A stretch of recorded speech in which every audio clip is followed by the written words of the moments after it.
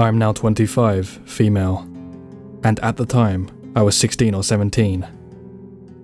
My then boyfriend and two of our other friends decided to go camping in a small patch of woods next to a neighbourhood that was being developed. The small patch of woods was roughly 900 feet across both ways. On the left side, if you were viewing it from the road, was the undeveloped neighbourhood. There were no people living in the houses. There were mainly just wood and no windows or actual walls yet.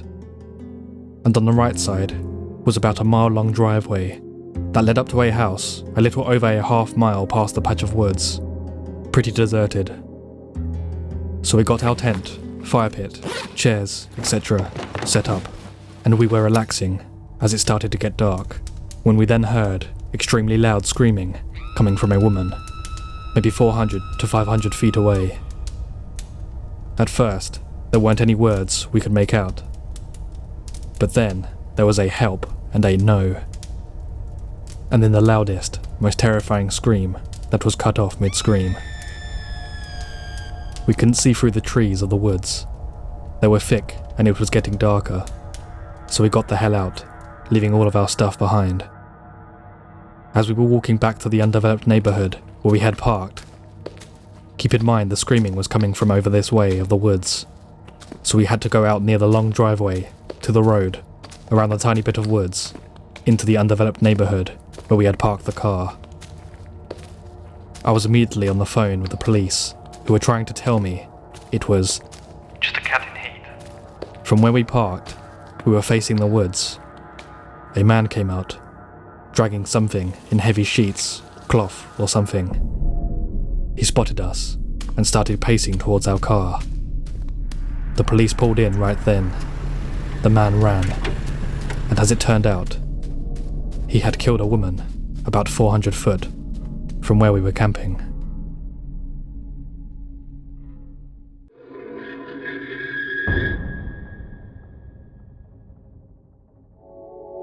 From 2013 to 2019, I worked in outdoor education at many different summer camps and outdoor education centres in Canada, mostly Ontario, but I did spend a season in the Rocky Mountains. Having grown up going to sleepaway camp and eventually participating in month-long leadership programs with backcountry canoeing components, I was well prepared to lead a group of teen girls from a camp in Georgian Bay on a 2-week camping trip in the Temagami region during my first year as a counsellor. The Temagami region is located between North Bay, Sudbury, and Timmins, Ontario. This region is home to many provincial parks, wonderful hiking and canoeing routes, and the Bear Island Indian Reserve. Our route was fairly typical and began in the Whitefish Falls region, ending at Highway 11 after 14 days of paddling, portaging, hiking, and campfire making. We had a satellite phone to check in with our camp director every day, and in case of an emergency. We also had multiple exit points along the route.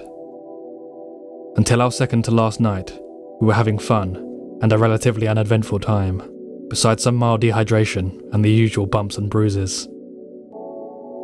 Near the end of our trip, we were doing some free camping on the shore of an uninhabited island in Bear Lake that is recognised as part of the Bear Island Indian Reserve. It's a beautiful area, and we were across from the main island that the majority of the 250-person population inhabited.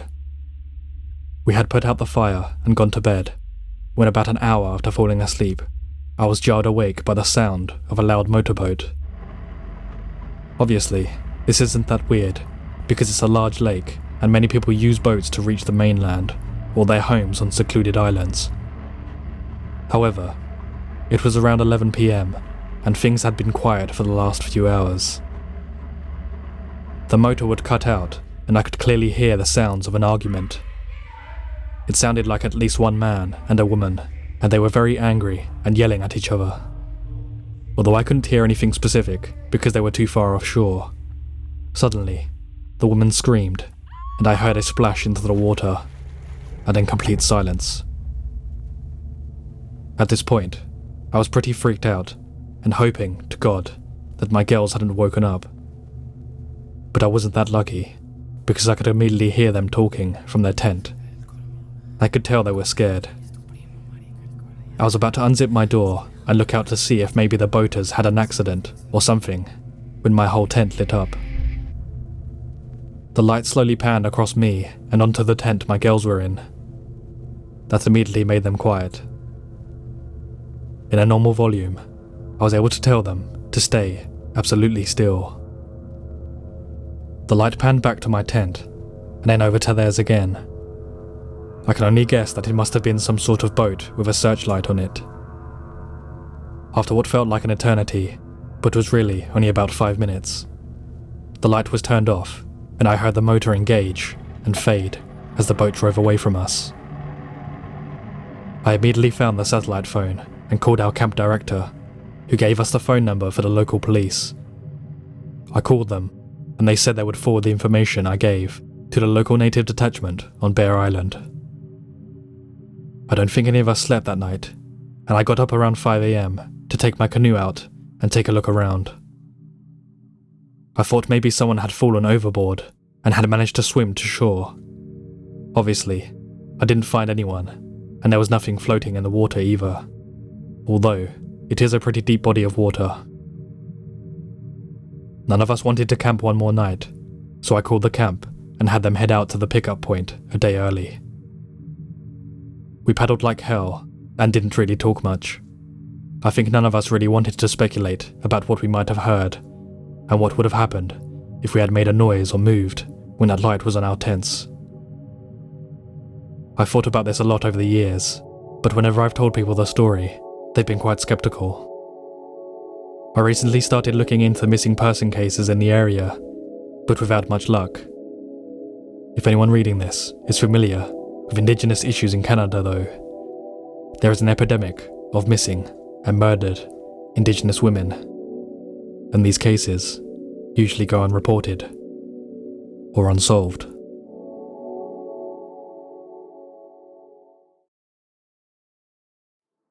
Before I continue with the final story, if you've enjoyed this video so far, please leave a like, a comment, and subscribe to see future content from me, as well as help me in the algorithm. Thank you.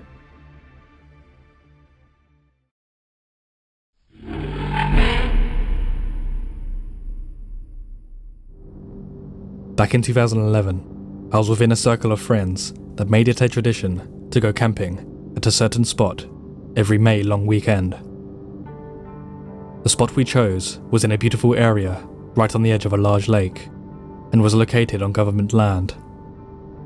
The lake itself had a dam on it, so during May long, the water levels were always low, if not completely empty, making it possible to walk across it.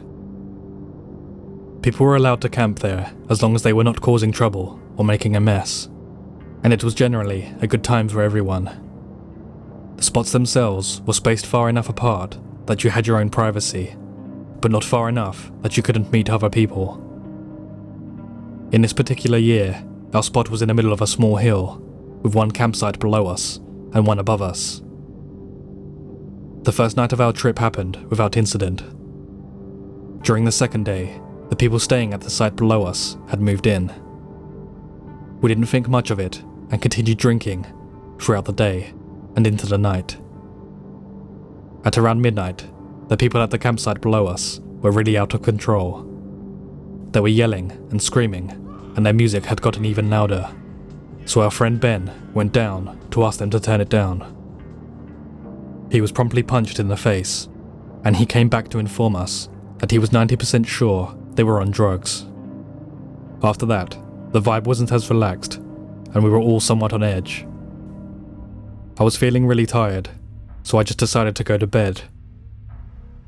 Some of my friends were still awake, including Ben, and one couple, Lily and Derek, that were visiting another campsite we had made friends with that day. I could hear that the campsite below us was still blasting their music and partying pretty hard, but I just tried to ignore it and go to sleep. I don't know what time it was when I was jolted awake. Parts of this are somewhat of a blur. All I know is that I sat straight up as soon as I heard the screaming and yelling coming from outside my tent. I quickly ran outside to find our campsite in chaos. One of my friends was clutching their chest. People were running around and screaming to call 911. I was quickly informed of what happened. Apparently, not long after I'd gone to bed, the people camping at the site below us decided they weren't finished talking to Ben, and on their way up, they encountered Lily and Derek walking back. Now Derek and Ben are about the same height and had the same colour hair, so they assumed that Derek was Ben, and bottled both him and Lily over their head with a full glass bottle. I don't know if it was the same guys that showed up at our campsite, but I was told that everyone else was sitting around the fire when 2 or 3 huge guys appeared from the darkness and walked over to them. One had a paring knife, and the other had a butcher's knife in their hands. Ben saw the knives and had gotten up to talk to them and had barely spoken a word when the guy with the paring knife stabbed him once in the chest. At the same time, some people from the campsite above had seen the guys coming and came down to help. One of the guys, Tim, was coming down the hill when the guy with the butcher's knife ran up to him and stabbed him in the stomach. From there, sheer panic ensued. People called 911, but the ambulance was over half an hour away. This is where I came out of the tent. Tim's wound was bleeding profusely, and he was losing blood very quickly. His friends ended up putting him in the back of his car and speeding off to meet the ambulance halfway.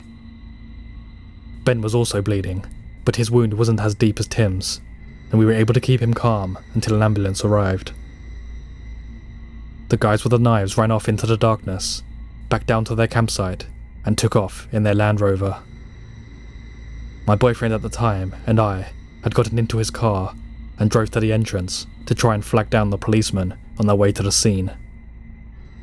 Once they arrived, we were informed to stay in the car, as they had released a canine search unit to hunt down the people who stabbed our friends. By the end of the night, they had arrested the men. They had tried to flee by driving their vehicle across the lake bed, where they got stuck in a muddy section of the lake. They were on a concoction of several drugs, as suspected. Luckily, both Tim and Ben survived, although Tim had lost a lot of blood and took a few weeks to recover from his wounds. Derek and Lily were fine, and possibly one of them had a concussion, but I can't recall. It was definitely the scariest thing I have ever experienced, and a few of us had to testify against them in court.